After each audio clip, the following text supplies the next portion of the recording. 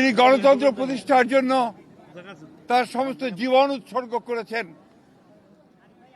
সেই মহান নেত্রী বাংলাদেশের গণতন্ত্রের জন্য সংগ্রাম করা আপসীর নেত্রী, অনন্য সাধারণ ব্যক্তিত্ব সম্পন্ন মহিলা, দূরদৃষ্টি সম্পন্ন প্রজ্ঞা সম্পন্ন একজন নেত্রী, যিনি বারবার বাংলাদেশের গণতন্ত্রকে উদ্ধার করবার জন্য সংগ্রাম করেছেন, কারাবরণ করেছেন এবং নির্যাতিত হয়েছেন। সেই অসাধারণ নেত্রী দেশনেত্রী বেগম খালেদা জিয়া আর আমাদের মাঝে নেই। আপনারা সবাই জানেন যে এই নেত্রী দীর্ঘদিন তার রাজনৈতিক জীবনের প্রায় সমস্ত অংশটাই তিনি গণতন্ত্রের জন্য সংগ্রাম করেছেন এবং গণতন্ত্রের মূল্যবোধগুলোকে প্রতিষ্ঠা করবার জন্য তিনি আজীবন কাজ করে গেছেন। 3 বার প্রধানমন্ত্রী হয়েছেন। যখন প্রধানমন্ত্রী হয়েছেন তখন গণতন্ত্রকে প্রাতিষ্ঠানিক রূপ দেওয়ার জন্য তিনি কাজ করেছেন, জনগণের উন্নয়নের জন্য কাজ করেছেন। আর যখন বিরোধী দল ছিলেন তখন তিনি একইভাবে সেই গণতন্ত্রকেই প্রাতিষ্ঠানিক রূপ দেওয়ার চেষ্টা করেছেন। প্রিয় সাংবাদিক বন্ধুগণ, আজকে সেই নেত্রীর ইন্তেকালে বাংলাদেশের রাজনৈতিক ইতিহাসে এক অপূরণীয় ক্ষতি সাধিত হল এবং এই ক্ষতির পূরণ সহজে সম্ভব নয়। আজকে এমন একটা সময়ে তিনি চলে গেলেন যখন তাকে সবচেয়ে বেশি প্রয়োজন ছিল, যখন গণতন্ত্রের উত্তরণের জন্য আমরা একটা নির্বাচনের দিকে জাতি যাচ্ছে, যখন সমস্ত জাতি তৈরি হয়েছে, নির্বাচন করে একটা গণতান্ত্রিক ব্যবস্থাকে প্রতিষ্ঠিত করবে, সেই সময় তিনি আমাদেরকে ছেড়ে চলে গেলেন। আমরা এই শোক, এই বেদনা আমাদের পক্ষে ধারণ করা খুব কঠিন। তারপরেও আমরা এই শোককে শক্তিতে রূপান্তরিত করতে চাই। আমরা দেশনেত্রীর নির্দেশিত যে পথ, সেই পথকে অনুসরণ করে বাংলাদেশের গণতন্ত্রকে আমরা একটা প্রাতিষ্ঠানিক রূপ দিতে চাই এবং সেই পথকে লক্ষ্য করে আমরা আগামী নির্বাচনে অত্যন্ত সুষ্ঠু অবাধ নির্বাচন অনুষ্ঠানের মধ্য দিয়ে বাংলাদেশে গণতন্ত্র প্রতিষ্ঠা করতে চাই। সেই নেত্রী আজকে অসংখ্য লক্ষ কোটি মানুষকে কাঁদিয়ে চলে গেছেন।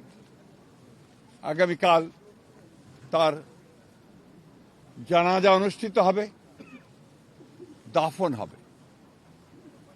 জানাজার জন্য আমরা স্থায়ী কমিটি সিদ্ধান্ত নিয়েছি যে আগামীকাল দুপুর 2টায় পার্লামেন্ট ভবনের দক্ষিণ প্লাজায় যে মাঠ এবং বাণিজ্য অ্যাভিনিউ, এই পুরো অংশ জুড়ে আমাদের নেত্রীর জানাজা অনুষ্ঠিত হবে। এই জানাজা পড়াবেন আমাদের জাতীয় মসজিদের খতিব অর্থাৎ বাইতুল মুকাররমের খতিব। আর এই জানাজায় যে সঞ্চালন করবেন, পুরো বিষয়টাকে যিনি সঞ্চালন করবেন, তিনি হচ্ছে আমাদের জাতীয় স্থায়ী কমিটির সদস্য জনাব নজরুল ইসলাম খান।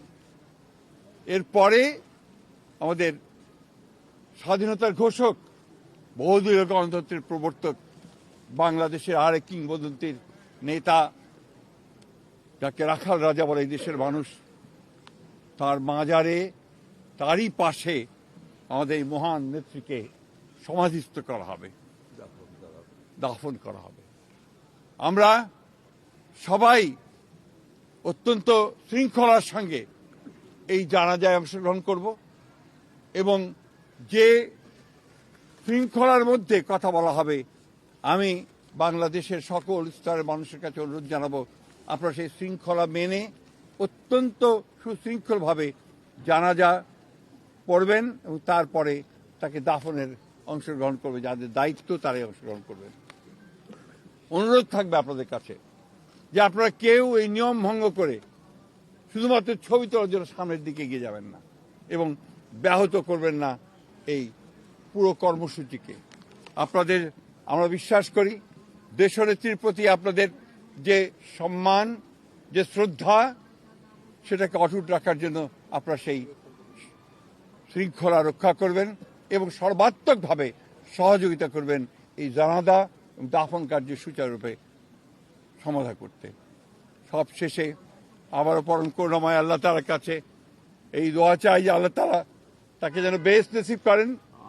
আমাদের ভারপ্রাপ্ত চেয়ারম্যান জনাব তারেক রহমান, তার জ্যেষ্ঠ পুত্র, তাকে যেন তিনি সেই শক্তি দেন যে এই যে দায়িত্ব পালন করবার শক্তি যেন তাকে দেন, এবং তার পরিবারকে সেই শক্তি দেন এই শোককে সহ্য করবার জন্য। আসুন আমরা আজকে সবাই এই শোককে শক্তিতে রূপান্তরিত করে বাংলাদেশ জাতীয়তাবাদী দলকে একটা অপ্রতিরোধ্য দল হিসেবে গড়ে তুলি। বাংলাদেশকে সত্যিকার অর্থেই একটা গণতান্ত্রিক রাষ্ট্র হিসেবে আমরা প্রতিষ্ঠিত করি। সবশেষে আবারও আপনাদেরকে ধন্যবাদ জানিয়ে আপনাদের সকলের সহযোগিতার জন্য বিশেষ করে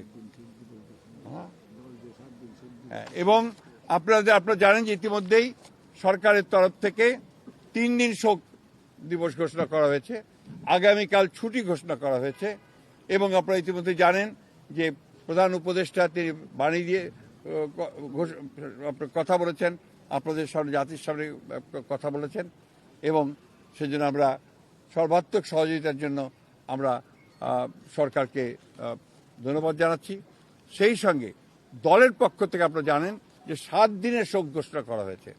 এই 7 দিন আমাদের কালো পতাকা আমরা ধারণ করব, কালো ব্যাজ ধারণ করব, কালো পতাকা উঠবে প্রত্যেকটি কার্যালয়ের, আমাদের দলীয় কার্যালয়ে, এবং প্রত্যেক কার্যালয়ে দোয়া পড়া হবে, কোরআন তেলাওয়াত হবে। এই বিষয়গুলো আপনারা সবাই পালন করবেন।